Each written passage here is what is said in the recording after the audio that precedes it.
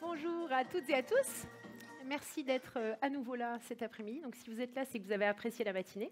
Et pour ceux qui viennent de nous rejoindre, écoutez, c'est une plénière où on apprend énormément de choses. On a eu des intervenants très intéressants ce matin sur les big tech, sur les financements en folie, ou encore sur le secondaire et la liquidité des investisseurs dans les startups. Alors, cet après-midi, on a un programme assez chargé. On va avoir différents panels et regard croisé. On va commencer par un regard croisé très intéressant forcément, mais plutôt focus produit. Pour ce faire, je vais avoir à mes côtés deux personnes qui viennent de deux sociétés qui sont dans le domaine du spend management chez Genji et Spendesk. Donc, je vous demande d'accueillir de manière conviviale James Colgan, qui est Chief Product Officer at Spendesk.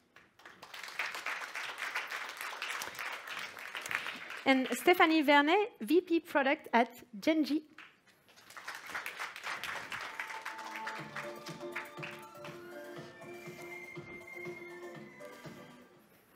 So welcome, James and Stephanie. Very happy to have that discussion with you today.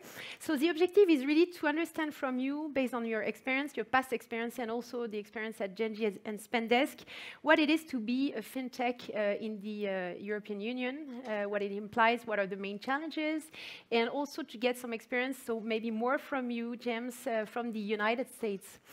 So maybe to start, I would like to ask you to maybe present yourself to the audience. Absolutely, yes. Good afternoon. Hello, Solenne. Thank you very much for this opportunity. My name is James Colgan. I'm the Chief Product Officer for Spendesk.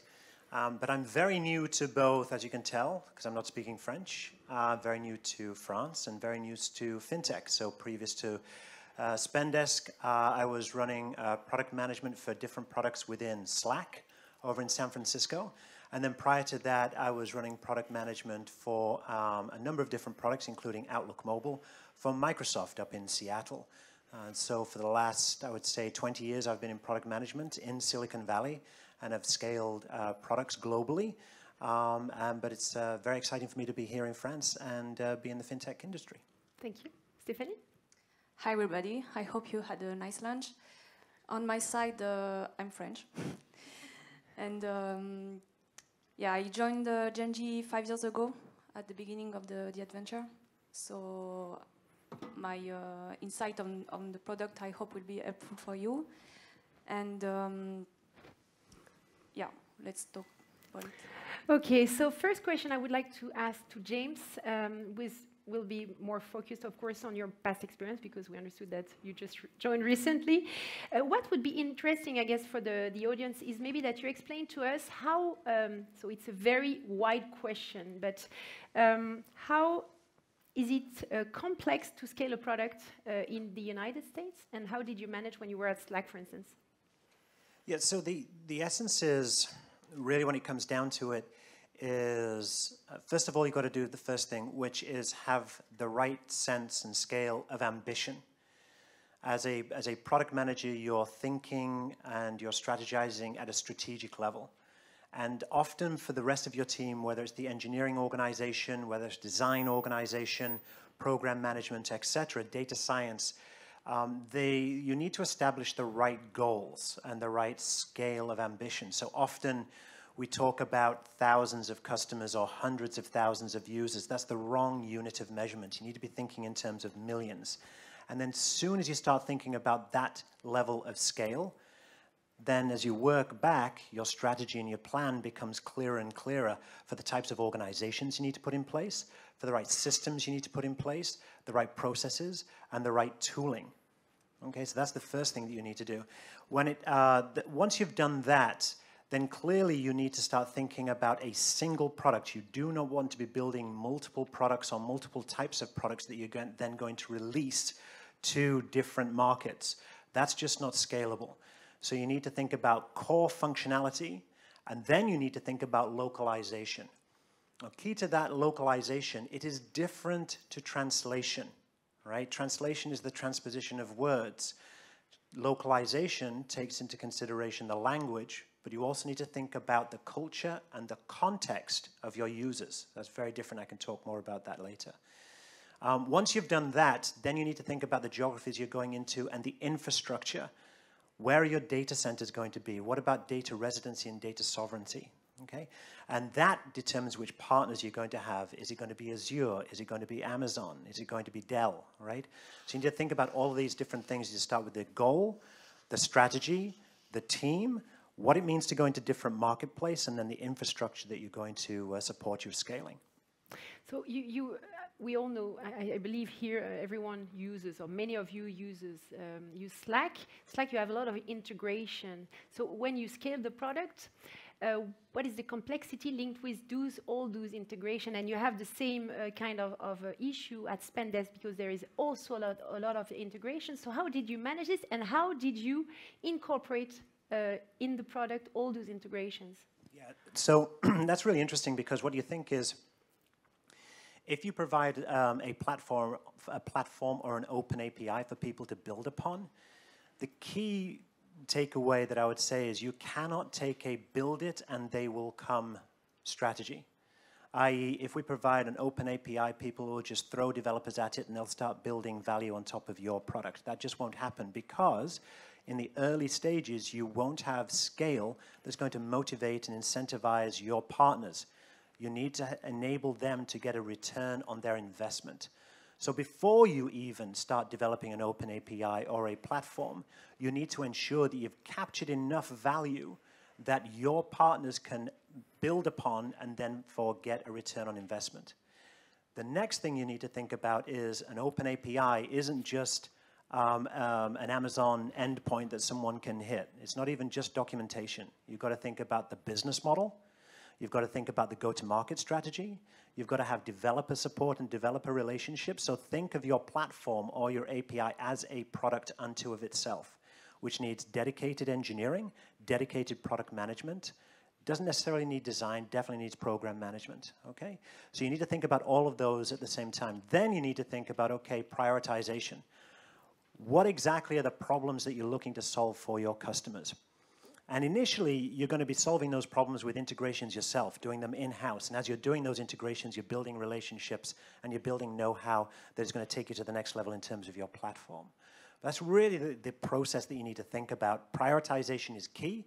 And that's what we did within Slack, is we had different tiers of partners depending on the types of problems our customers are looking for us to solve. Thank you very much. So now, Stephanie, if you could maybe give us more details about where Genji is present in Europe and how complex it was to expand, because spend management in Europe, so it would be interesting also to have your opinion in the US, but in Europe it's very local, so there are many rules, local rules, and particularly linked with the accounting.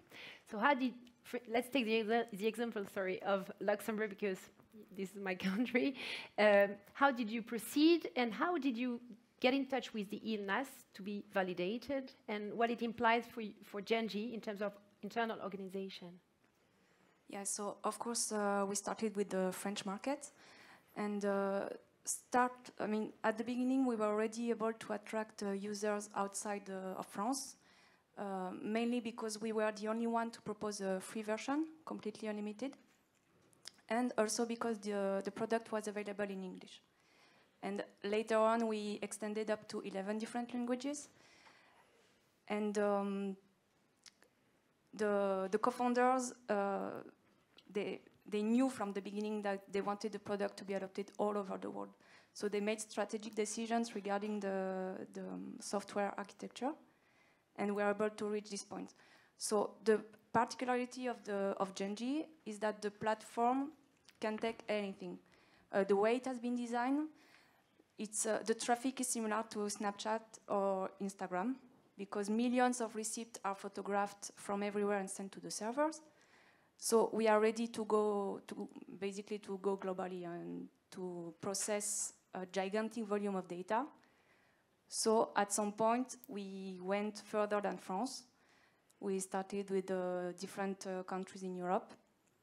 And of course, we had straight away from challenges regarding the requirements, the legal framework. Each country is different, but our team was always ready to meet those requirements.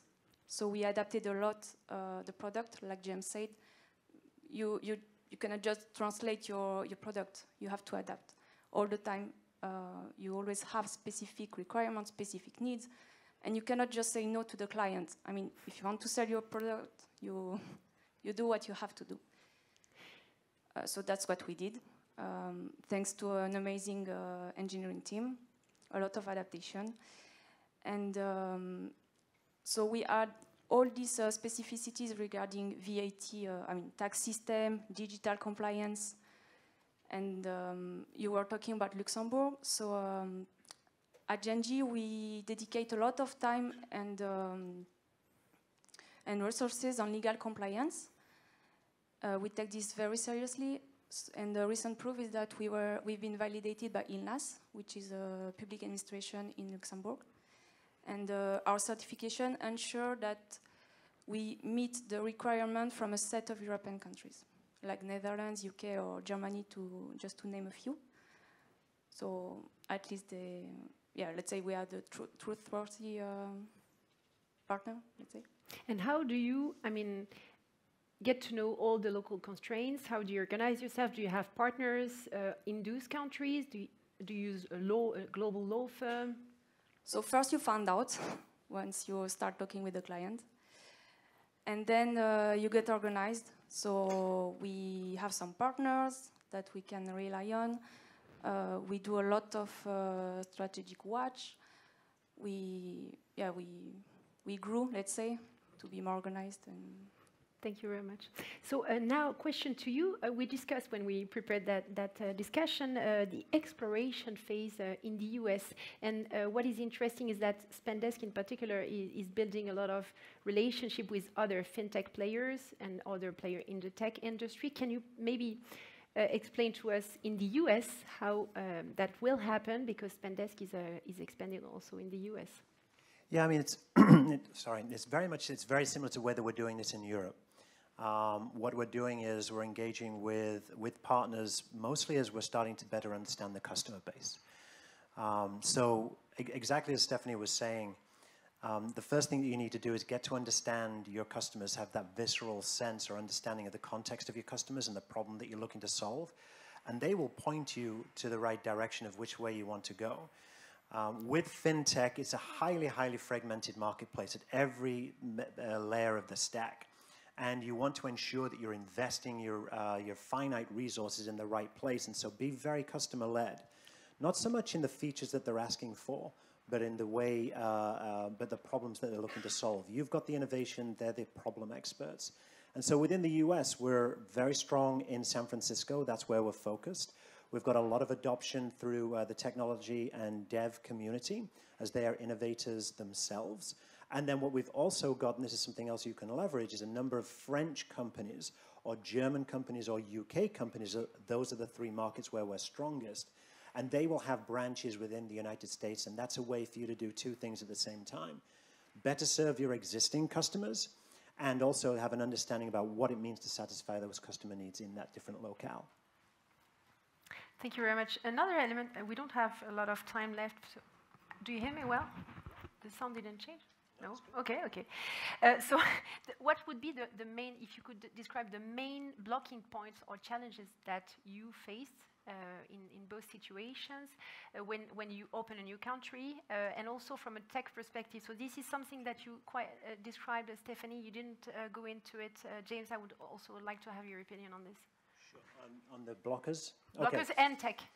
And yeah, blockers. I mean, on our side, it's like everything else. Everyone is in a talent war, right? So getting the right product managers, the right engineers, the right program managers, the right designers. Designers are really, really hard to get good quality designers.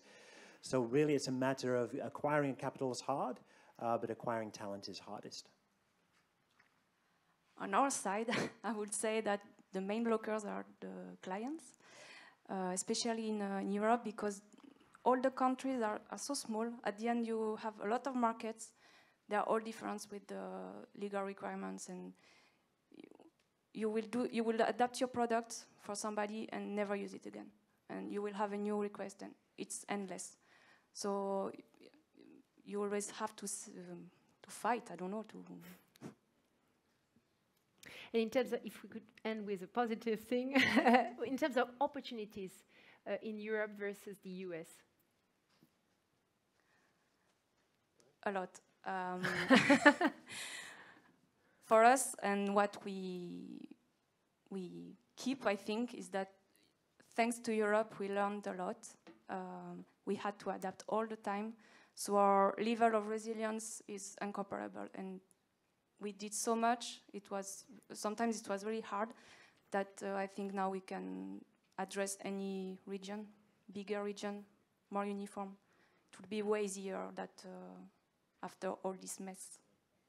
Yeah, I couldn't agree more. The fact that companies here in Europe, in France in particular, have worked hard to support different locales, whether it's different nationalities, Germany, UK, Spain, etc. You've built the muscle for you to actually expand into whichever region you want. That muscle is not only through resources, but it's the agility that you have within your companies, within intellectual horsepower you have, and the way and the culture that you bring. And so going into the United States, you shouldn't be intimidated by it. There's a phenomenal opportunity out there, 330 million people, millions of SMBs, etc. So the opportunity is large. With the right mindset and the right strategy, you can penetrate the United States. Thank you very much. It's already finished. I'm sorry. Thank you. That was very valuable and insightful. Thank you for the opportunity. Thank you.